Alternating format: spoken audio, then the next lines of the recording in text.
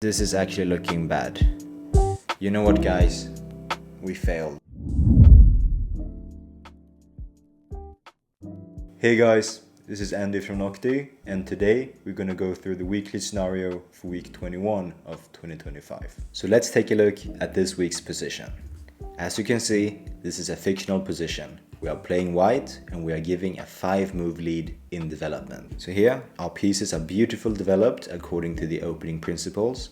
We have a strong pawn chain in the center with the c4, d4 and e4 pawn. And we also have our minor pieces behind, supporting our pawns. And last but not least, our king is safe here, already castled. So what's the point here? Well, white has a huge advantage because we are fully developed and we are ready to launch an attack. And when we have a lead in development, we have to first remember that it's a temporary thing. Because if we start to play slow moves, black will catch up. And in a few moves, they will also be developed. And then it's going to be an equal game. So the game plan here is to utilize our lead in development and try to convert it into something long term. That could either be a material advantage or a structural advantage. Furthermore, a rule of thumb is that when we're ahead in development, tactical opportunities usually work our way. So here we should not shy away from looking at tactical shots, including sacrifices or pawn pushes that aim at breaking up black's position. So now let's take a look at some concrete moves that we want to play. So here with white to move, we can for example play e5 to further grab space, and then we can follow up with d5 to push forwards, and then develop our rook to rook e1, and then our dark square bishop somewhere, perhaps e3 or f4, and perhaps play h3, get the other rook in, and depending on what black does, we can see if we can launch an attack. Okay, so now let's play against Noctie. I'm gonna go ahead with e5. I like this move because it grabs more space and also it tries to create contact with black's pieces. Because remember, when we're ahead in development, we want to utilize our initiative and create an attack. Alright, black plays d6, and here I don't want to trade off. Instead, I want black to take so I can take with the knight. And with the knight on e5, that would be very strong, because then we will have even some sacrificing ideas with knight f7, for example. So here I simply play rook e1 to continue developing. Okay, this goes according to plan. Noctie captures. So here we take back with the knight. Let's see what Noctie does. Noctie plays knight d7. So the question is, we should always watch for tactical opportunities when we are so much ahead in development. So here, can we take on f7? That would be really cool. So let's say we take, and then we can follow up perhaps with bishop h5 check, then g6, and after g6 do we have another check? We can play queen f3, black will block.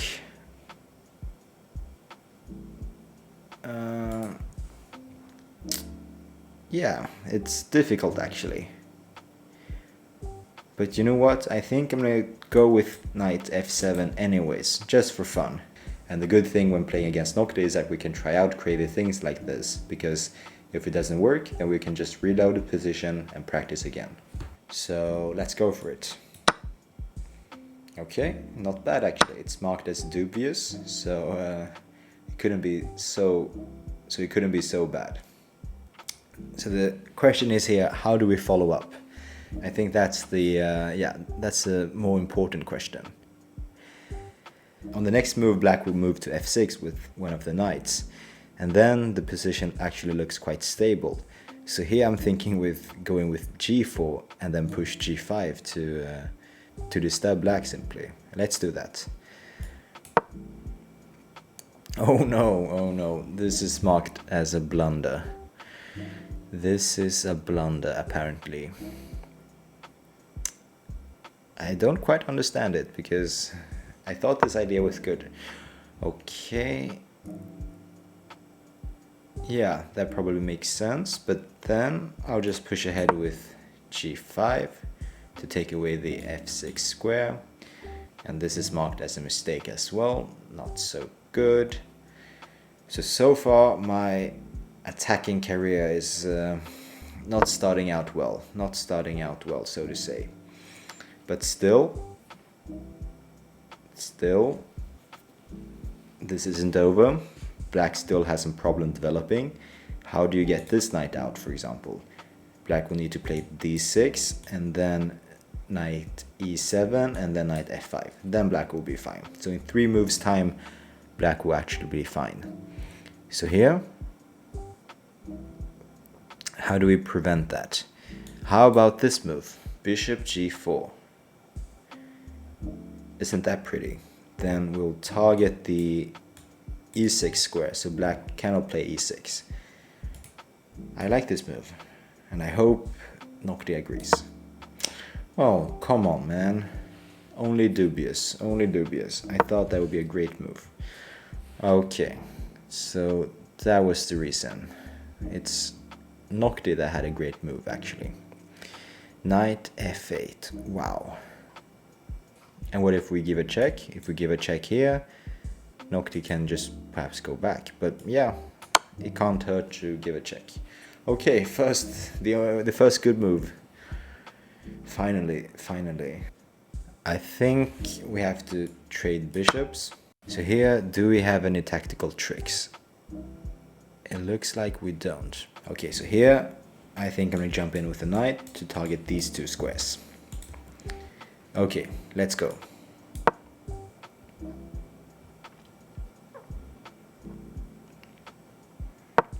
Oh, Noctie kicks us. So here we have a pin. Can we utilize it? We can jump in here, jump in there. That must be good. Okay, the first excellent move. Come on, let's go. Can we win this? We're down a piece still. We're down a piece, but on the other hand, we have some good activity. So we have to make some good moves here. Okay, we take back, and if black takes with the knight, we can simply take the knight because the e-pawn is pinned. So here I think we are starting to do well. Oh wow, Noctie is playing really good now. Noctie is playing really good.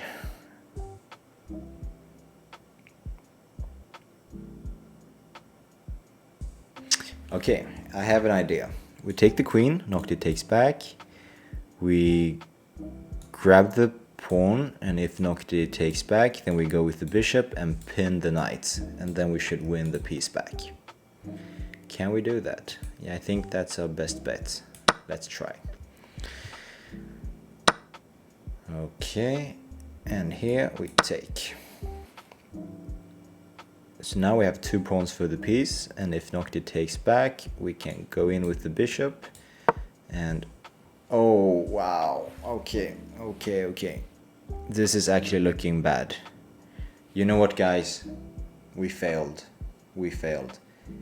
Our idea with the knight sacrifice on f7 was dubious. It was a heroic attempt to try to break through at black's position, but the execution wasn't really good. So I'm gonna have to go back and try again. But hey, we're here for learning, right? So it's fine. So here we are again, attempt number 2. Let's do this. Noctie plays the same response, and I think we can go ahead and do the same as well. So the only mistake there was knight f7. Now we know that that was dubious. We couldn't sacrifice in this crazy manner, at least not yet. But still, we have to keep our eyes open for tactical opportunities, just that not in the way that we did last time. So here, let's play more safe, and not any crazy moves. No g4 early, although I'm tempted to play g4, g5, I must say. But here, I think I'm gonna play d5 to grab some more space and perhaps limit black from playing c6 or e6. Okay, g6, Noctie wants to fianchetto the bishop. So here, let's just develop in a normal fashion. Let's go bishop f4, then perhaps queen d2, play our rook in the middle, and see what we can do. So we've learned our lesson from the last game. We're gonna play more safe this time. Alright, and now I'm gonna play queen d2 with some ideas of going to h6 sometimes. But here I'm just going to centralize my rook. So this is all very principal, very natural moves. Not like last time when we lashed out and played knight f7. That was not good. So what do we do here? What do we do here? I'm thinking of bishop f3. That's logical. And if black takes, we take with the bishop. Yeah, let's do that. So here it looks like black is catching up and that our advantage has faded out. But here we actually have a long-term advantage because we have a nice pawn chain here in the center and we have active rooks that are pointing down the board. And potentially the e7 square could become a target. So let's take back and let's see what happens. Okay, interesting. Bishop g4. Does that really work? A tactical idea is removing the defender. Black cannot take back because then the bishop here is hanging. So if we take knight on f6, black will have to take our bishop on f3. And from there we can always throw in the intermediate move here. Yeah, let's do that. I think that's a good move. So here I think Noctie made a tactical mistake. So by playing patiently, we waited, and when Noctie made a tactical mistake, we could utilize it. That's actually a much more safe approach, because when we are ahead in development, Noctie has to do something. And when she tries for something active, the tactics are often working in our favor. So here Noctie perhaps evaluated that letting us take on e7 would be even worse. So here she gives up the bishop. So we take the light squared bishop, and now we are piece up. So now finally we have managed to transform our temporary advantage with a lead in development into a long-term material gain. We are up a whole piece. So that's a good conversion. So now just play safe.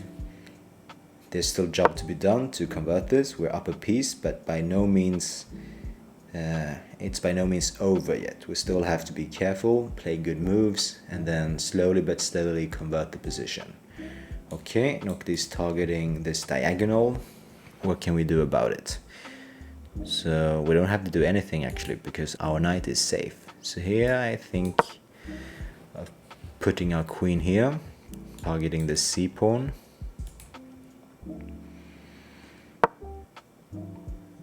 Okay, that's a good move. We cannot play b3 because then our knight will be hanging. So I'll have to play a boring move, rook b1. I didn't have to, but I didn't see anything better. And now, as we can see, Noctie is playing more actively. So we trade rooks. When we're heady material, piece exchanges are usually good for us. And now my idea was to hop in here, target the c7 pawn. We can trade one pair of pawns. So here we're destroying black's pawn chain. Now these two pawns could be targets for us to attack. But first we must move our knight. The question is where to? Where do we go? So we have d6 or c7. And from both of those squares we are attacking the rook on e8. But I think I like d6 better, because from there we can protect it with the rook, and it feels more safe to put it there than compared with c7. Noctie goes up with the rook. Our knight is still not attacked, so I think we can push b4 with the idea of playing c5. Okay, what happens here? It's a fork on our queen and our knight. Wow, do we lose material now? Is that what happens? But on the other hand, this move is only marked as okay for Noctie. So it should be fine in some way. We should be able to find a way out, shouldn't we? Okay, the idea is to play c5, attacking the queen and protecting our knight. And the concrete line that we have to calculate is, if we play c5, bishop takes f4. C takes b6. Our pawn is on b6 now. And now our knight is up for grabs. But if black takes our knight, for example with the bishop, then we can take the a7 pawn. And then our pawn is actually very dangerous. We can also support it with our bishop by grabbing the c6 pawn. So yeah, I think this tactic works out in our favor. Whew, nice that this was a good move, so hopefully we'll be fine. Let's see. Okay, Noctie goes for it, so now we're forced to take, of course. Okay, so let's see what happens here. If Noctie takes our knight, then we can grab the a7 pawn. Let's see what she does. Okay, interesting. So she didn't take the knight, because yeah, if she did that, then our a7 passed pawn will be really strong. Okay, what do we do here? Knight c4. We are attacking the b6 pawn. This is marked as a mistake. How can we take advantage of it? I like this move because our knight here is covering these two squares. And when I place our bishop there, they're gonna cover a lot of the squares in the middle. Let's do that. Nice. Noctie supports our idea. What do we do here? We can kick the bishop, not allowing any back rank ideas. I think this is a good idea to just add in, so we never have to worry about back rank mates. Okay. What can we do here? I think simply just trade on c5 and then start pushing our a-pawn. I think that's a simple but effective idea. Let's do that. Okay, now let's push our pawn. Push it to the limit. And a good thing here is also that our light squared bishop is covering the promotion square, so that's really important. I'll just defend the bishop. No worries at all. And now just continue pushing. At some point black will have to go and try to stop our pawn, and then we can move in our rook as well. So here we put our rook behind, and this is also an important endgame principle. When we have a passed pawn, we want our rook to be behind it to support it forwards. So Noctie attacks our rook, we simply move it up. We can even go here, I think. So just put it on a light square, a different color from the bishop, so we never have to be worrying about being attacked. Alright, and now we can disturb the rook, then start pushing. And in a few moves the pawn is going down. It's going down no matter what. And here we push forwards. And here we have a very strong formation that's good to remember. So with the pawn and bishop like this next to each other, they are protecting each other. So it's like cement. They are really strong. And here the rook is actually trapped because the bishop is covering this square. So the rook here has no moves. So one idea is simply to just maneuver a knight and then attack the rook. So let's do that.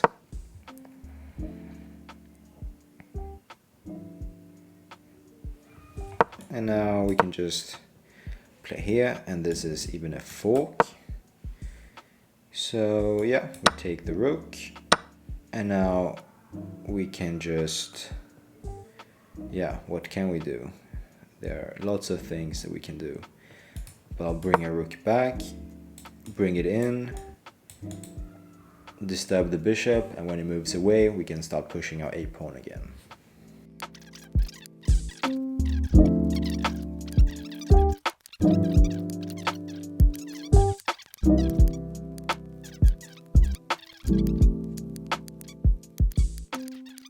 And we have a checkmate on the next move. Our bishop is guarding the h7 square, so there we have a beautiful checkmate. Alright, very nice. So here, as we saw, this was our second attempt, and I think it's a good idea actually when we do these walkthroughs that I also show when I failed the mission, because that will be more realistic. So yeah, remember, it's for learning, and the best way to improve is to face our mistakes and then try to learn from them. That's the best way to learn. You can always switch up the difficulty if you have succeeded to further challenge yourself, or turn it down if you feel that it's too difficult. And this week's scenario is also suitable for playing from both sides. So here, if we just switch the colors, we face white playing with this huge lead in development. So this could be a great way for practicing your defensive skills. And also, when we play against Noctie, we can take inspiration and see what kind of move she plays to convert this from white side. And now just a quick mention of our newest feature, the position builder. So this is the position builder. And here you can set up any position you want and play them out against Noctie.